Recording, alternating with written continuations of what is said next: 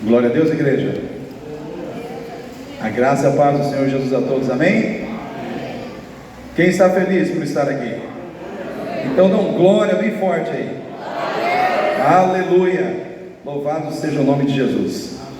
É muito bom estarmos na casa de Deus, é muito bom estarmos aqui nesse ambiente de fé, porque a igreja, ela tem que ser um ambiente de fé, e a fé é o que move o reino espiritual sobre as nossas vidas. Como nós já falamos no domingo passado, existe fé natural, mas existe a fé espiritual, a fé sobrenatural. A fé natural é aquela que todo ser humano tem, que leva ele a desenvolver ações para alcançar objetivos com base na sua capacidade, na sua competência humana.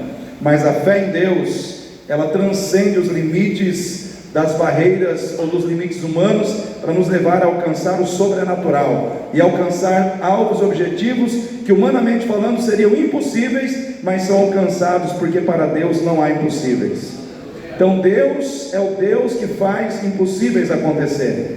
Hoje nós estamos aqui celebrando a ceia. Uma vez por mês, nós, como Igreja Batista, no terceiro domingo do mês, nós celebramos a ceia do Senhor, o momento quando nós, como igreja, nos reunimos para participarmos da mesa com o Senhor. O Senhor disse que nós deveríamos fazer isso até que Ele voltasse. Fazer isto em memória de mim até que eu volte. Ou seja, em memória do Senhor Jesus, estamos aqui para lembrar de uma maneira muito mais enfática aquele sacrifício que foi feito por nós na cruz. Por que nós estamos aqui hoje? Porque um dia Deus nos amou de tal maneira que deu o seu Filho unigênito, para que todo aquele que nele crer não pereça, mas tenha a vida eterna.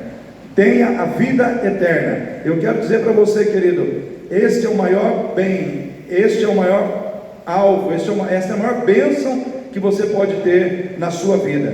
De nada adianta você ganhar o mundo inteiro e não ter a sua alma salva.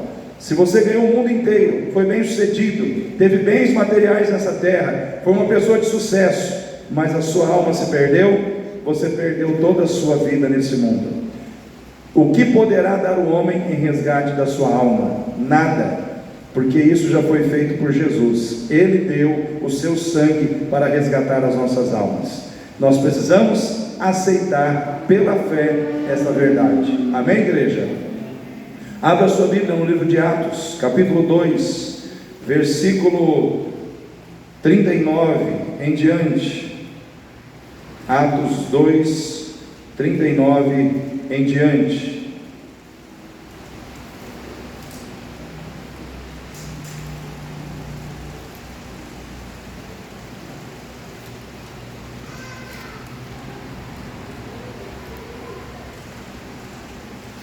Vamos pensar aqui um pouco sobre a igreja que cumpre a sua missão na terra. Atos 2, 39 a 47. Quem achou diz amém. Quem não achou diz misericórdia. Não teve nenhuma misericórdia, então eu vou estar lendo o texto crendo que todo mundo já achou. Então diz assim, queridos, a palavra do Senhor. Atos capítulo 2, versículo 39 ao 47. Porque a promessa vos diz respeito a vós, e aos vossos filhos, e a todos os que estão longe, e a tantos quanto Deus nosso Senhor chamar. E com muitas outras palavras, isso testificava e os exortava, dizendo: salvai-vos desta geração perversa. De sorte que foram batizados os que de bom grado receberam a sua palavra, e naquele dia agregaram-se quase 3.000 almas, e perseveravam na doutrina dos apóstolos, e na comunhão, e no partir do pão, e nas orações, e em toda a alma havia temor, e muitas maravilhas e sinais se faziam pelos apóstolos, e todos os que criam estavam juntos, e tinham tudo em comum, e vendiam suas propriedades e bens, e repartiam com todos, segundo cada um havia de mister ou de necessidade, e perseverando unânimes todos os dias no templo, e partindo o pão em casa, comiam juntos com alegria e singeleza de coração, louvando a Deus e caindo na graça de todo o povo. E todos os dias acrescentava o Senhor à igreja aqueles que se haviam de salvar. Amém, igreja? Quando eu olho para esse texto aqui, irmãos, eu vejo aqui uma igreja poderosa, Uma igreja que é o retrato de uma igreja que é exemplo para toda e qualquer igreja de Cristo nesse tempo. Não importa se ela é batista, não importa se ela é Assembleia de Deus, não importa se ela é Sara Nossa Terra, presbiteriana, não importa qual seja a denominação. Aqui nós encontramos o perfil de uma igreja que cumpre a sua missão, o perfil de uma igreja que verdadeiramente faz a diferença no mundo. E eu quero pensar, irmãos, que essa igreja que cumpre a missão, essa igreja que faz a diferença no mundo, essa igreja empoderada por Deus, ela está aqui hoje na vida de todos os crentes da Igreja Batista em Itatiaia, amém?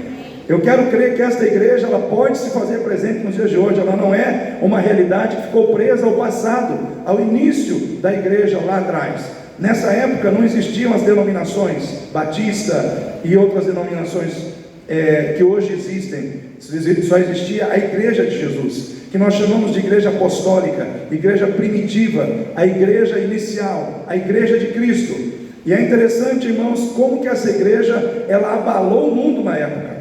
Irmãos, a igreja, nessa época, ela alcançou todo o continente, todo o domínio dos romanos. E eu fiz um estudo histórico. Esse domínio que os romanos alcançaram nessa época era 3 vezes o tamanho do Brasil. Sabe o que isso significa? Irmãos, que o evangelho se expandiu de uma maneira tão grande que hoje a gente ficaria assustado se acontecesse da mesma forma como aconteceu naquela época. O impacto do evangelho foi muito forte na vida das pessoas. E naquela época não tinha WhatsApp, não tinha Instagram, não tinha Facebook, não tinha redes sociais, porque hoje a gente fala assim, hoje está fácil, porque tem tantas redes sociais. Não tinha nada disso, irmãos. Era no boca a boca, era na atitude de ir e pregar. Eu digo que a igreja daquela época, ela tinha 3 coisas que faziam diferença: o evangelho pregado através da palavra, o evangelho testemunhado através de vidas transformadas, e o evangelho autenticado pelos milagres, pelas maravilhas operados pelas mãos dos apóstolos através do poder do Espírito Santo. Eram 3 coisas que a igreja tinha e que marcava o trabalho da igreja, a missão da igreja naquela época. O evangelho era pregado em palavras, testemunhado de forma convincente através de vidas transformadas, moral, ética e espiritualmente, mas também ele era autenticado pela manifestação de milagres, maravilhas, curas que os cristãos da época operavam pelo poder do Espírito Santo que estava na vida deles. Não tinha internet, não tinha redes sociais, mas tinha poder de Deus, tinha testemunho autêntico, tinha pregação da palavra constantemente. O povo saía pregando a palavra e as pessoas iam recebendo a palavra, e a palavra entrava nos corações e ia construindo a salvação em Cristo no coração daquelas pessoas. Irmãos, eu penso que nós, como igreja hoje, talvez tenhamos assim um número muito grande de evangélicos, mas que não conseguem hoje transmitir com tanta autenticidade esse evangelho poderoso e transformador. Infelizmente, como disse o pastor Miguel numa conferência que aconteceu na Cibames nesses 2 dias passados agora, ali na Igreja Batista no Cerradinho, ele disse: pastores, infelizmente a gente faz uma análise, uma leitura do Brasil, e nós vemos que o número de evangélicos é muito grande. Porém, quando a gente depura esse número de evangélicos, a gente vai ver que a gente tem muitos frequentadores de igreja, mas poucos discípulos de Jesus. Por quê? Porque a grande quantidade de crentes que tem hoje não estão fazendo a diferença do que a pouca quantidade de crentes que tinha no passado. Eles eram poucos, mas influenciavam muitos. Eles eram poucos, mas alcançavam muitos. Hoje nós somos muitos, mas alcançamos poucos. E isso deve nos levar a uma reflexão, né? Aonde está o problema? Né? Por que a igreja não tem feito a diferença? E uma das coisas que foi abordada aí nessa temática é que não adianta você ter as melhores estratégias, não adianta você copiar as estratégias das grandes igrejas ou das igrejas mais bem-sucedidas, falando no universo cristão hoje, dizer: eu vou aplicar essa estratégia e vou ganhar o mundo para Jesus. Não adianta, irmãos, se Jesus não voltar a ser o centro na vida dos crentes. Amém? Jesus precisa ser o centro na vida da igreja novamente. Quando os discípulos, Pedro, Tiago e João, subiram com Jesus ao Monte da Transfiguração, ali apareceram Elias e apareceu ali também Moisés, e eles estavam ali, e aí de repente o próprio Deus manifesta a sua presença ali, dizendo: este é meu filho amado, em quem o meu coração se alegra, em quem o meu coração se compraz. Ali naquele momento se reúne o representante dos profetas, Elias, se reúne ali o representante da lei, Moisés, e se apresenta ali o Deus Criador de todo o universo, com um propósito só: mostrar que Jesus Cristo era o centro na vida de tudo que estava acontecendo ali, dar a honra e a glória a Jesus. Por isso, naquele momento, irmãos, Jesus é exaltado ali diante dos seus discípulos. Tanto o representante da lei como o representante dos profetas estavam ali para dizer: aqui está Jesus Cristo, a perfeita fusão da lei e a perfeita fusão de todas as profecias do Velho Testamento. Tudo se funde nele. Ele é o cumprimento da lei, ele é o cumprimento das profecias, ele é o Cordeiro de Deus que veio para tirar o pecado do mundo. Aleluia!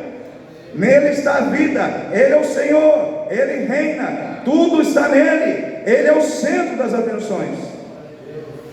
E quando nós dizemos que Jesus é o centro das nossas das atenções, ou centro da atenção da nossa vida, o que significa dizer isso? Significa dizer que a nossa vida gira em torno de Jesus. Amém, igreja? Se Jesus é o centro na sua vida, a sua vida gira em torno de Jesus. O seu casamento gira em torno de Jesus. A sua vida profissional gira em torno de Jesus. O seu viver nessa terra, o que você faz, o que você vende, o que você comercializa, tudo que você faz, gira em torno de Jesus. E se a nossa vida gira em torno de Jesus, o que prevalece na nossa vida é o perdão e não a mágoa. Amém? Se a nossa vida gira em torno de Jesus, o que prevalece na nossa vida é o amor, não o ódio. O que prevalece na nossa vida é a cooperação e não a crítica, o julgamento. O que prevalece na nossa vida, irmãos, é o bem e não o mal. Porque se Jesus é o centro da nossa vida, irmãos, o que prevalece na nossa vida não é o que nós queremos, é o que Ele quer. Não são os nossos propósitos, são os propósitos do coração dEle. Não é a nossa vontade, mas a vontade dEle. Não são as nossas prioridades, mas as prioridades dEle. Se Ele é o centro da nossa vida, irmãos, é Ele que governa a nossa vida. Amém, igreja? Amém, igreja? Amém. Só que quando a gente olha para a igreja hoje, a gente não vê isso. A gente vê mais crente preparado para brigar do que para reconciliar. A gente vê mais crente preocupado com as coisas do mundo, com ganhar dinheiro, com as coisas dessa vida, do que evangelizar, ganhar almas para Jesus, perdoar aquela pessoa que te feriu, que te machucou. A gente vê mais crentes com atitudes egoístas, pensando só em si mesmo, primeiro em si, depois nos outros, do que crentes altruístas, que são capazes de abrir mão dos seus desejos, das suas vontades, dos seus recursos pessoais, dos seus recursos financeiros, para investir em outras vidas. E isso mostra que Jesus não está sendo o centro na vida de muitas pessoas nos dias de hoje. E eu quero perguntar a você: quem está no centro da sua vida? Quem está governando a sua vida hoje? Será que é o mundo? Será que você não está conseguindo fazer aquilo que Deus gostaria que você fizesse? Você não está conseguindo ser aquela igreja que cumpre a missão? Você não está conseguindo ser aquela igreja que tem o poder de Cristo para revelar ao mundo, para revelar aos doentes que estão no mundo? Você não está conseguindo ser aquela igreja que impacta a vida das pessoas? Por quê? Porque Jesus não está sendo o centro. E se Jesus não é o centro, alguma outra coisa está sendo o centro. Pode ser o mundo, pode ser a nossa carne, pode ser a sociedade, enfim, irmãos, quem está ocupando o centro da sua vida hoje? Então, se a igreja, ela quer fazer a diferença hoje, como eu preguei aqui no início, que aquela igreja que impacta o mundo está aqui, e se ela está aqui, e se nós queremos ser aquela igreja, Jesus tem que ser o centro da nossa vida. Amém? Quem quer que Jesus seja o centro da sua vida aí? Glória a Deus. Segundo, irmãos, se nós queremos ser uma igreja que realmente faz a diferença, que impacta o mundo, nós não podemos julgar a bondade e o amor de Deus em relação às nossas vidas pelos problemas, pelas dificuldades, pelas circunstâncias difíceis da vida que nós estamos passando. Eu estou vendo o fulano lá bem, dinheiro no bolso, tranquilo, prosperando, mas eu estou servindo a Deus, estou passando um perrengue, estou passando uma luta, estou passando uma dificuldade, né? Será que vale a pena servir a Deus mesmo? Será que vale a pena estar na igreja? Nós temos que cuidar do nosso coração, irmãos, porque muitas vezes nós, como seres humanos que somos, nós somos tentados a avaliar a bênção de Deus pela situação boa ou ruim que nós estamos passando. Isso não quer dizer nada. Tem gente que às vezes está vivendo uma situação financeira boa, uma situação confortável, mas está fora da presença de Deus. E tem gente que está passando luta, dificuldade, perrengue, mas está no centro da vontade de Deus. Porque, irmãos, essas coisas são relativas, né? São relativas, e nós não podemos se apegar nelas. Quando a gente olha para a igreja de Atos, a gente vê um povo perseguido, a gente vê um povo que, por aceitar a Jesus, eles perdiam seus empregos, eles perdiam muitas vezes, irmãos, a sua liberdade, eles muitas vezes eram presos, castigados, surrados, açoitados, e ainda recebiam a seguinte ordem: não fala mais desse Jesus. Isso aconteceu, irmãos. Só que os apóstolos, eles, como disse aqui, Atos 4, 20, o apóstolo Pedro disse: nós não podemos deixar de falar do que temos visto e ouvido. Em outras palavras, quando eles receberam a ameaça dizendo: não, parem de falar de Jesus, parem de anunciar o Evangelho de Cristo, parem de promover essa seita, porque no início o cristianismo era para muitos uma seita, apareceu de repente, apareceu a mensagem de que esse Cristo ressuscitou e ele estava vivo, e de repente muitas pessoas começaram a se converter. Isso não cabia na mente de muitas pessoas, principalmente aqui no grupo dos saduceus, que não acreditavam em ressurreição. Esse grupo não acreditava de forma nenhuma que alguém pudesse ressuscitar, e eles começaram a perseguir os discípulos de Jesus. Só que Pedro disse: nós não podemos deixar de falar do que temos visto e ouvido. Mas eles ainda os ameaçaram mais, e não achando motivo para os castigar, deixaram-nos ir por causa do povo, porque todos glorificavam a Deus pelo que acontecera, pois tinha mais de 40 anos o homem em que se operara aquele milagre de saúde. E soltos eles foram para os seus, e contaram tudo o que lhes disseram o principal do sacerdote e os anciãos. E ouvindo eles isto, unânimes levantaram a voz a Deus e disseram: Senhor, Tu és o Deus que fizeste o céu e a terra, e o mar e tudo que neles há, que disseste pela boca de Davi teu servo, porque bramaram os gentios e os povos pensaram coisas vãs. Levantaram-se os reis da terra, e os príncipes se ajuntaram uma contra o Senhor e contra o seu ungido, porque verdadeiramente contra o teu santo filho Jesus, que tu ungiste, se ajuntaram, não só Herodes, mas Pôncio Pilatos, com os gentios e os povos de Israel, para fazerem tudo o que a tua mão e o teu conselho tinham anteriormente determinado que se havia de fazer. Olha só a oração dos crentes aqui agora, irmãos, versículo 29, olha só: agora pois, ó Senhor, olha para as suas ameaças, e concede aos teus servos que falem com toda ousadia a tua palavra, enquanto estendes a tua mão para curar, e para que se façam sinais e prodígios pelo nome de teu santo Filho Jesus. E tendo orado, moveu-se o lugar em que estavam reunidos, e todos foram cheios do Espírito Santo, e anunciavam com ousadia a palavra de Deus. Amém? Aqui, irmãos, veio as ameaças, vieram os levantes, e muitas vezes é assim que o inimigo vai trabalhar contra a sua vida e contra a minha, irmãos, porque quando nós somos ameaçados, quando nós somos colocados na parede, essas circunstâncias vêm para nos desanimar, elas vêm para colocar no nosso coração desânimo, vêm para roubar as nossas forças. Mas aqueles discípulos ali, eles simplesmente disseram: Senhor, se juntaram os judeus, os gentios, Herodes, Pôncio Pilatos, todos se levantaram contra nós, todos se levantaram contra o teu santo Filho Jesus. Porém, a única coisa que nós te pedimos é: nos dê forças, nos dê forças para que nós continuemos a pregar a tua palavra, enquanto o Senhor continua curando vidas, em nome de Jesus. Em outras palavras, eles disseram assim: não tira os problemas não, pode vir os Herodes, pode vir Pôncio Pilatos, pode vir quem for, se o Senhor nos der força, nós vamos servir ao Senhor com problema, com dificuldade, com luta, com os inimigos que vierem, porque no Senhor a vitória já é nossa. E eu quero dizer para você nessa noite, querido, pare de se preocupar com os seus problemas, pare de se preocupar com as suas lutas, e se preocupe em servir aquele que pode vencer as suas lutas.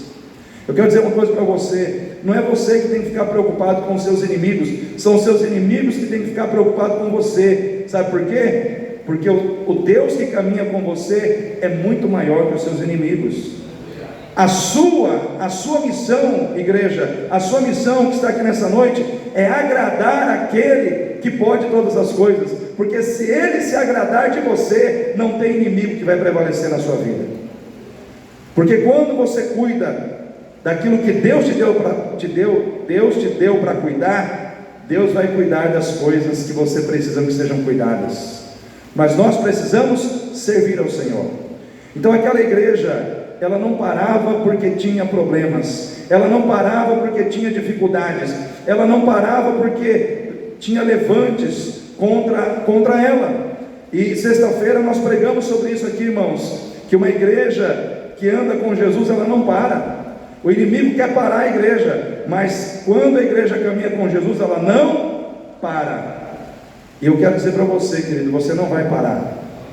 Você não vai parar de orar, você não vai parar de ler a Bíblia, você não vai parar de estar na igreja, você não vai parar de fazer a vontade de Deus, você não vai parar de colocar compromissos com Deus acima de desejos da carne. Você não vai parar de ser um crente dedicado ao Senhor, ainda que tudo se levante contra você, porque maior é o poder de Deus na tua vida para te sustentar do que o poder do inimigo para te derrubar. Maior é o poder de Cristo que sustenta o crente, que sustenta a igreja, que sustenta os fiéis, do que os inimigos para derrubar a igreja. Por isso eu quero dizer para você, querido, venha o que vier, Deus está contigo. Amém? Fala para o seu irmão e anima o teu coração, Jesus está contigo. Irmãos, aquela igreja cumpria a sua missão, porque ela entendia que ela tinha que viver como Jesus e seguir os passos de Jesus. Fala para o seu irmão aí, viva como Jesus e siga os passos de Jesus, né? Seguir os passos de Jesus significa investir em vidas, investir em comunhão com pessoas. Irmãos, por que aquela igreja crescia sem internet, sem redes sociais, sem Instagram? Porque eles investiam na multiplicação de vidas. Amém? Multiplicação de vidas. Eles investiam no processo da multiplicação, vidas ganhando vidas para Jesus, vidas investindo em outras vidas. Você já ouviu falar de vida na vida? Quem já ouviu falar dessa expressão aí, vida na vida? Vida na vida é o que Jesus veio fazer, irmãos. Ele veio trazer vida às nossas vidas. E quando nós começamos a estudar a maneira como Jesus desenvolveu o seu ministério, isso nos ensina muito de como nós devemos desenvolver o ministério que nós temos que desenvolver nele, porque o nosso ministério é uma extensão do ministério de Jesus. Ele veio implantar um ministério de salvação, só que ele foi assunto aos céus, amém?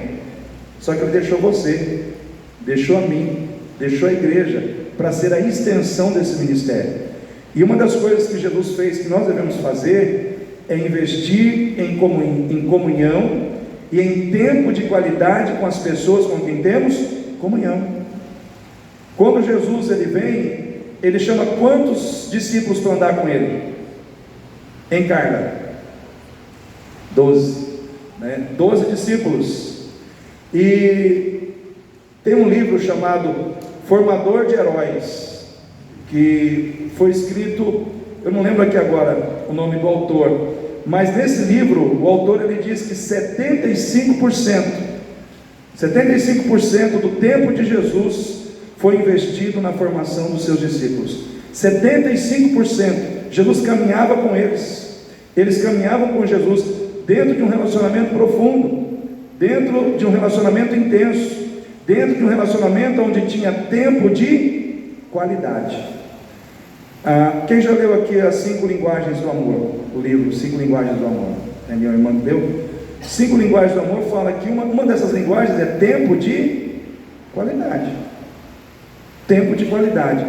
Será que hoje pais estão tendo tempo de qualidade com os filhos? Será que hoje marido e mulher estão tendo tempo de qualidade uns com os outros?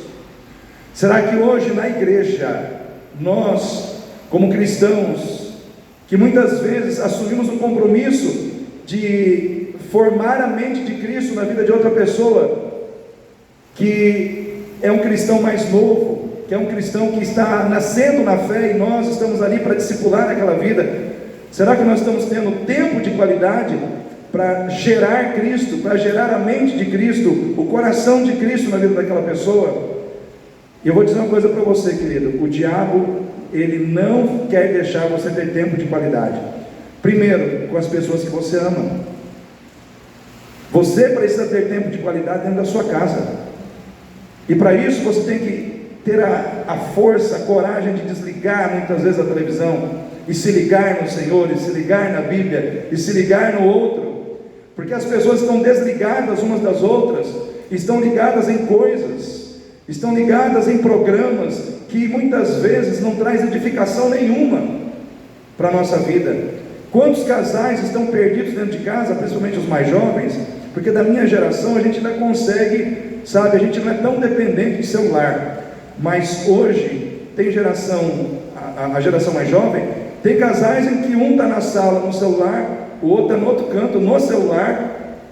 De vez em quando eles se encontram: opa, você mora aqui? Eu moro aqui também, prazer, né? E o relacionamento fica superficial, o relacionamento fica distante, morando junto, mas distante, convivendo junto, mas aqui dentro a distância está grande. E a culpa é de quem? É nossa, irmãos, é nossa, porque nós estamos negligenciando a palavra de Deus. A Bíblia diz, o apóstolo Paulo pregando aos Romanos capítulo 12, ele diz: rogo-vos pela compaixão de Deus, que apresenteis os vossos corpos em sacrifício vivo, santo e agradável a Deus, que é o vosso culto racional, e não vos conformeis com este mundo, mas transformai-vos pela renovação da vossa mente, para que possais experimentar a boa, perfeita e agradável vontade de Deus.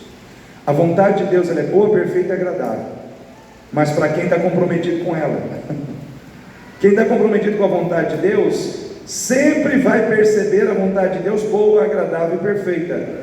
Mas quem não está comprometido com a vontade de Deus, ela nem sempre vai ser boa e agradável. Por quê? Porque se você não está andando nos caminhos de Deus, Deus vai te corrigir, Deus vai puxar a tua orelha, Deus vai permitir uma situação acontecer na tua vida, para que você possa acordar. E muitas vezes essa situação vem através de um problema, de uma dificuldade, porque você não está atento, você não está apercebido da situação em que você se encontra, e aí vem o problema, vem a dificuldade para você despertar, né? Porque Deus, irmãos, Ele não é um pai inconsequente, Ele é um pai que corrige, e correção também é amor. Amém, igreja? Corrigir também é demonstração de amor. Quem é pai e mãe aí? Levanta a mão. Você deixa o seu filho, criança, fazer tudo o que ele quer? Comer tudo o que ele quer, na hora que ele quer? Sim ou não? Se você não deixa, fala não. Ela fala mais alto. Não. Vamos, pode ser melhor. Não. Muito bem, parabéns para você, né? Por que, irmãos? Porque os nossos filhos nem sempre sabem o que é melhor para eles. Por isso eles precisam de alguém adulto, de alguém maduro, de alguém que saiba o que é melhor para eles e possa conduzi-los nessa situação. Assim somos nós diante de Deus. Diante de Deus todos nós somos crianças, irmãos. Às vezes o nosso coração é que nem o coração de uma criança. Vê uma coisa, quer aquilo, e Deus fala, não é bom, né? Não vou deixar agora, não vou te dar agora. Aí a gente faz birra, a gente faz beicinho para Deus, a gente fica nervoso, a gente deita no chão, rola, né? Só que isso não funciona com Deus, irmão. Não adianta você fazer birra, não adianta você fazer beicinho para Deus. Deus não vai te atender porque você gritou, berrou. Por quê? Porque Ele sabe o que é melhor para você, Ele não vai abrir mão disso. E existem momentos em que a vontade dEle vai contra a tua vontade, e aí que você vai sentir que é desagradável, que não está agradável, que não está boa. Mas eu vou dizer uma coisa para você: a vontade de Deus sempre é melhor que a nossa. Amém, queridos? Então nessa noite, entenda, né? Entenda que às vezes nós precisamos permitir que Deus faça a vontade dEle prevalecer na nossa vida. E nós precisamos ser o povo que obedece a Deus em toda e qualquer situação. Mas como eu estava falando antes, queridos, nós precisamos investir em pessoas, investir em relacionamentos. A unidade da igreja, ela é abençoadora. Por quê? Porque ela é terapêutica, ela é curadora, ela é capacitadora. Por quê? Porque quando nós como igreja nos reunimos, dentro dessa unidade, nós desenvolvemos amizade, nós desenvolvemos cooperação, nós desenvolvemos ajuda mútua, nós desenvolvemos solidariedade. Quantos irmãos aqui em algum momento já não foram ajudados por alguém dentro da igreja? Levanta a mão aí, quem já foi ajudado em algum momento. Olha quanta gente. Por quê? Porque a comunhão da igreja, ela deve gerar isso. Aqui diz que aqueles que tinham suas propriedades vendiam e repartiam com quem não tinha, para que todos tivessem tudo em comum. Ou seja, eu não posso ficar feliz se o meu irmão está infeliz. Eu não posso ficar em paz se eu tenho e o outro não tem. Eu não posso ficar em paz se eu consigo caminhar e o outro não está conseguindo caminhar. Eu tenho que usar as minhas pernas para ajudar ele a caminhar. Então eu quero dizer para você, querido, nessa noite, que faz parte dessa igreja, esta unidade aqui, para a tua vida, ela é preciosa, porque nesta unidade tem cura para você, tem ajuda para você, tem restauração para você, em nome de Jesus, amém? Quando você está aqui, a ajuda de Deus também se manifesta neste lugar, por você e através de você. Então Jesus, ele investia em comunhão, Jesus investia em unidade, e nós temos que investir também. E quando nós temos unidade, e essa unidade é uma unidade de amor, onde o amor de Cristo é o que rege os nossos relacionamentos, ela se torna uma unidade contagiante, que atrai o coração de quem está lá fora para dentro da igreja. Por isso que está aqui em Atos 2, 46, e perseverando unânimes todos os dias no templo, e partindo o pão em casa, comiam com alegria e singeleza de coração, louvando a Deus e caindo na graça de todo o povo. E todos os dias acrescentava o Senhor à igreja aqueles que se haviam de salvar. Sabe o que era o evangelismo aqui, irmãos? Era a ação contagiante da comunhão da igreja, atraindo o coração das pessoas para Jesus. Não tinha projeto evangelístico, o projeto era a comunhão, o projeto era a unidade. Você e eu só precisamos ter uma unidade que glorifique a Deus, que Deus salva a gente lá fora. Amém? Se eu e você estivermos unidos em Cristo, Vivendo essa unidade em amor, Deus salva pessoas lá fora, Deus resgata pessoas lá fora. Mas nós precisamos investir em tempo de qualidade. A nossa união não pode ser superficial, só aquela união, aquela situação de você conhecer o irmão pela nuca. Você senta atrás do irmão e você conhece a nuca do irmão.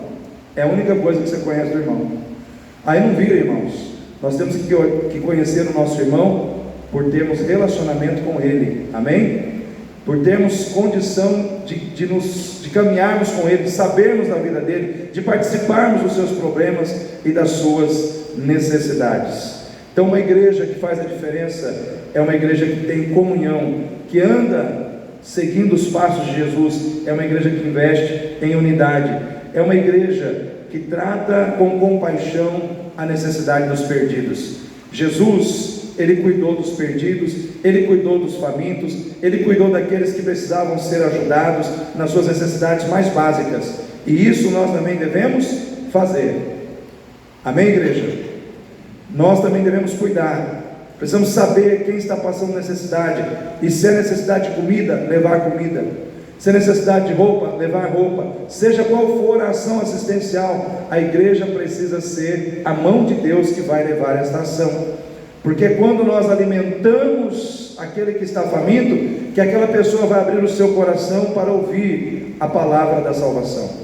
Uma pessoa que está com fome, você pode falar de Jesus para ela está pensando em comida, sim ou não?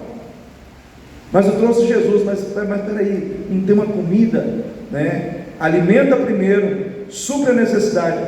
Jesus vai entrar com facilidade no coração dessa pessoa.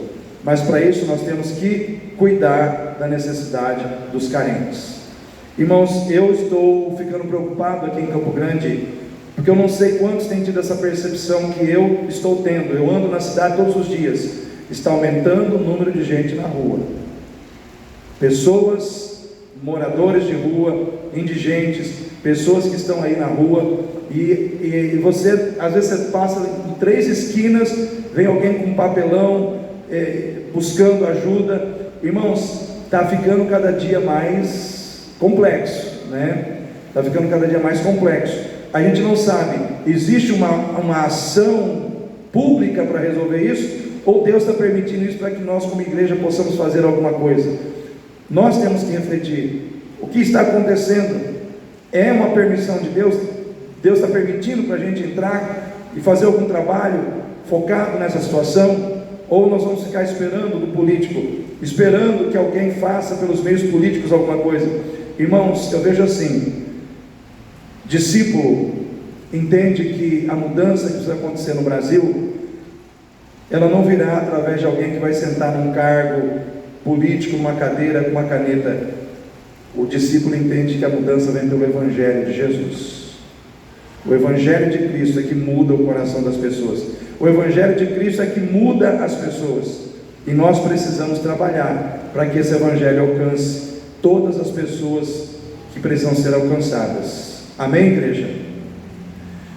Fechando essa palavra que é ceia, eu quero dizer para você, como igreja, eu e você podemos fazer a diferença, mas nós precisaremos colocar Jesus no centro, precisaremos investir em tempo de qualidade com as pessoas que caminham conosco, e precisamos olhar com atenção para as necessidades daqueles que estão carentes à nossa volta.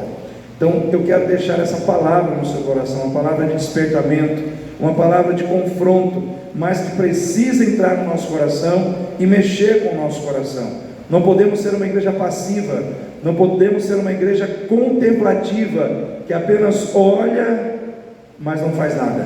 Nós precisamos ser uma igreja que age no poder de Deus e debaixo do amor de Deus. Amém, igreja? Vamos ficar em pé nesse momento, para nós orarmos e nos prepararmos para participar da ceia do Senhor.